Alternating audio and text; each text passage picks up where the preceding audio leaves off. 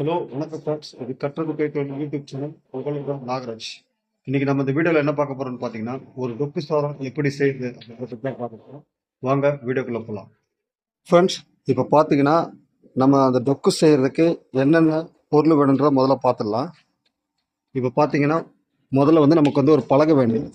இந்த பலகை வந்து நான் என்ன சைஸில் அந்த பலகை எடுத்திருக்குன்னு பார்த்தீங்கன்னா 2 அடி நீட்டு 5 இன்ச்சு அகலம் உள்ள ஒரு பலகை எடுத்திருக்கேன். நீங்கள் வந்துட்டு 6 இன்ச் அகலம் உள்ள பலகை கூட போட்டுக்கலாம். இது வந்து நான் வாங்கலை, இது வந்து வீட்டில் இருந்து நம்மக்கிட்ட இருந்தது. அந்த பலகை எடுத்து நான் யூஸ் பண்ணுறேன். இந்த பலகையில் வந்து முதல்ல நம்ம என்ன பண்ணோம், இந்த எட்ஜில் வந்து 2 ஹோல்ஸ் போட்டுக்கிறோம் கயிறு விடுறதுக்காக. இந்த ஹோல்ஸ் நான் எப்படி போட்டேன்னு பார்த்தீங்கன்னா, இங்கே பாருங்கள், 32 mm பிட்டு. இந்த பிட்டு பிளாட், இந்த பிட்டு பேர் வந்து பிளாட் பிட்டு, 32 mm பிட்டு. அந்த பிட்டை வச்சு தான் நான் இந்த ஹோல்ஸ் போட்டேன். இந்த ஹோல்ஸ் போட்டுட்டு இதை பேக் சைடு பாருங்கள், இது இந்த சைடு தான் நம்ம உட்கார்ற பகுதி வரும், இந்த பக்கம் தான் நம்ம உட்காருவோம். இந்த பலகைக்கு பேக் சைடு பார்த்தீங்கன்னா அந்த ஹோல்ஸில் வந்து ஒரு டேப்பர் மாதிரி அடிச்சிருப்பேன். இந்த ஹோல்ஸையும் பாருங்கள், அதே மாதிரி ஒரு டேப்பர் கொடுத்துருப்பேன்.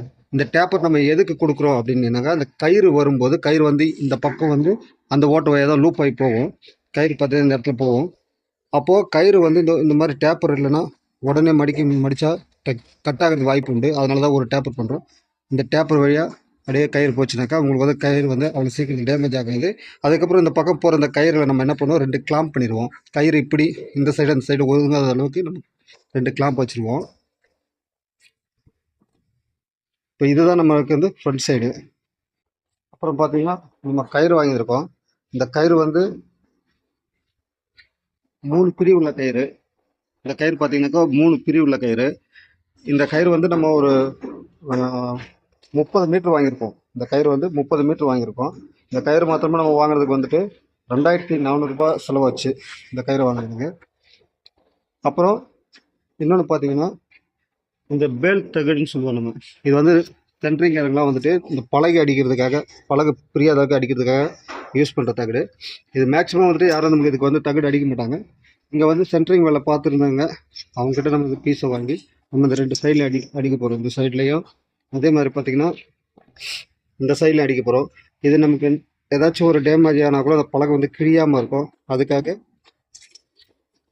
இந்த தகடை வச்சு நம்ம சுற்றி அடிச்சு விட்ருவோம். இது எப்படி அடிச்சிக்கிறதுன்ட்டு அடிச்சுட்டு நான் உங்களுக்கு காட்டுறேன், எப்படி அடிச்சிருக்குன்னு பாருங்கள். அதுக்கு அந்த தகடை அடிக்கிறதுக்கு வந்துட்டு நம்ம அந்த பொடி அணி வாங்கியிருக்கோம், சின்ன சின்ன அணி வாங்கியிருக்கோம். அதை வச்சு தான் அந்த தகடை நம்ம அடிக்க போகிறோம். ஃப்ரெண்ட்ஸ், இப்போ பார்த்தீங்கன்னா நம்ம அந்த பலகைக்கு அந்த தகடு அடிச்சிட்டோம். அது எப்படி அடிச்சிருக்குன்னு உங்கள்கிட்ட காட்டுற பாருங்க. பாருங்க, இந்த பேல் தகடு, இந்த தகடை வச்சு அந்த பொடி அணிகளை வச்சு நல்லா நெருக்கமாக அடிச்சிருக்கோம். நல்லா நெருக்கமாக அடிச்சிட்டோம். லைன் பக்கத்தில் வச்சுருக்கோம். அதே மாதிரி தான் இதுக்கும் பார்த்தீங்கன்னாக்கா ஃபுல்லாக நெருக்கி அடித்தாச்சு. இதுவும் ஜாயிண்ட் பார்த்தீங்கன்னாக்கா இங்கே வச்சுருக்கோம். ஜாயிண்ட் வந்து சைடில் வச்சுருக்கோம், ஏன்னா கை கிடிக்காது இருக்கிறது. நம்ம பிடிக்கிறதுக்கு தான் பிடிப்போம், அதனால் சைடில் இருந்தால் தான் நம்ம கையை கிடிக்காது. ஓகே ஃப்ரெண்ட்ஸ், அடுத்து இதில் வந்துட்டு கயிறு போட்டு எப்படி கட்டுறேன் அப்படின்றத நம்ம பார்ப்போம். ஃப்ரெண்ட்ஸ், இப்போ பார்த்தீங்கன்னா நம்ம கயிறை மொட்டை மாடிக்கு எடுத்துகிட்டு வந்திருக்கோம். இது எதுக்கு எடுத்துகிட்டு வந்திருக்கோம்னாக்கா, நம்ம கயிறில் வந்துட்டு ட்விஸ்ட்டு இருக்கும், ஏன்னா புது கயிறு இல்லைங்களா, ட்விஸ்ட்டு இருக்கும். அந்த ட்விஸ்ட்டு எடுத்துக்கிறதுக்காக நம்ம இப்போ எடுத்துகிட்டு வந்து கயிறு இந்த மொட்டை மாடிலாம் அது போட்டிருக்கோம். பார்த்தீங்கன்னா அப்படியே எடுத்துகிட்டு வந்து பார்த்தீங்கன்னா தெரியும், கீழே வரைக்கும் போட்டிருக்கோம். இந்த மாதிரி ஒரு 2-3 டைம் அப்படி போட்டு நம்ம எடுத்தோம்னா இந்த இந்த கயிறில் இருக்கிற அந்த ட்விஸ்ட்டு போயிடும். ட்விஸ்ட்டுனாக்கா அந்த முறுக்கள் போயிடும். அந்த டெம்பராக இருக்குது இல்லைங்களா, அந்த முறுக்கள் போயிடும். அந்த முறுக்களை நம்ம எடுக்காமலே ஸ்ட்ரைட்டாக அந்த பலகைக்குள்ளே விட்டோம்னா நம்ம அந்த பலகை தொங்க விடும்போது என்ன பண்ணோம், பலகை வந்து முறுக்கிக்கும். அதனால தான் நம்ம முதல்ல கயிறில் இருக்கிற ட்விஸ்ட் எடுத்து தான் அந்த பலகையில் வந்து நம்ம அதை கோக்கணும். இப்போ பார்த்திங்கன்னா நம்ம அந்த பலகையில் வந்துட்டு கயிறு கோத்து எடுத்துட்டோம். இப்போ அந்த 2 எண்டும் பார்த்திங்கன்னா 2 எண்டையும் வந்து இங்கே வச்சுருக்கிறேன். இந்த 2 எண்டையும் இங்கே வச்சுருக்கேன். இப்போ இந்த 2 எண்டையும் நம்ம என்ன பண்ண போகிறோம், சரிசமமாக வச்சு 2 எண்டையும் சரிசமமாக வச்சு ஈவனாக பிடிச்சிட்டு போகும்போது அந்த பலகை வந்துட்டு கொஞ்சம் முன்ன பின்ன இருக்கும். அதுக்கேற்ற மாதிரி அட்ஜஸ்ட் பண்ணி நம்ம வந்து கட்டணும். இப்போ வந்து நம்ம வந்து முதல்ல இந்த கயிறை வந்து சமப்படுத்திடலாம்.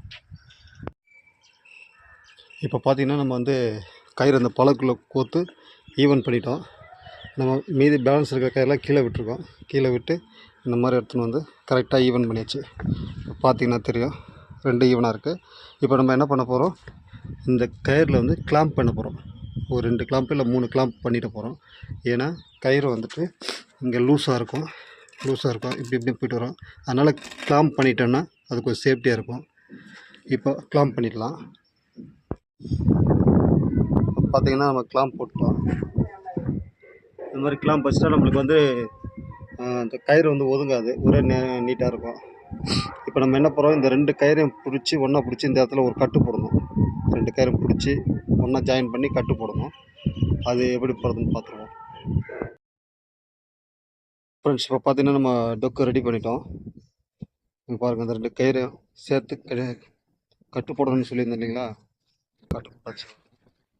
வந்து ஒரு 2 இடத்துல கட்டு போடுறது ரொம்ப சேஃப்டியாக இருக்கும். ஒரே இடத்துல மட்டும் கட்டு போடுவாங்க சிலர், அப்படி வேணாம். இங்கே ஒரு கட்டு, அதுக்கு மேலே கொஞ்சம் தள்ளி அங்கே ஒரு கட்டு போடலாம். ஏன்னா ஒன்று வந்துட்டு நம்மளுக்கு அந்த பேலன்ஸ் தரன்றதுக்காக தான் நம்ம அது மாதிரி 2 கட்டு போட்டிருக்கோம். இப்போ பாருங்கள்,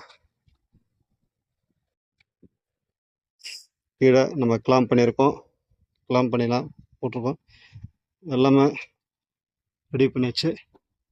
இனிமேல் இந்த கயிறை வச்சு நம்ம வந்துட்டு ப்ளம்பிங் லைன் அடிக்க போகிறோம்.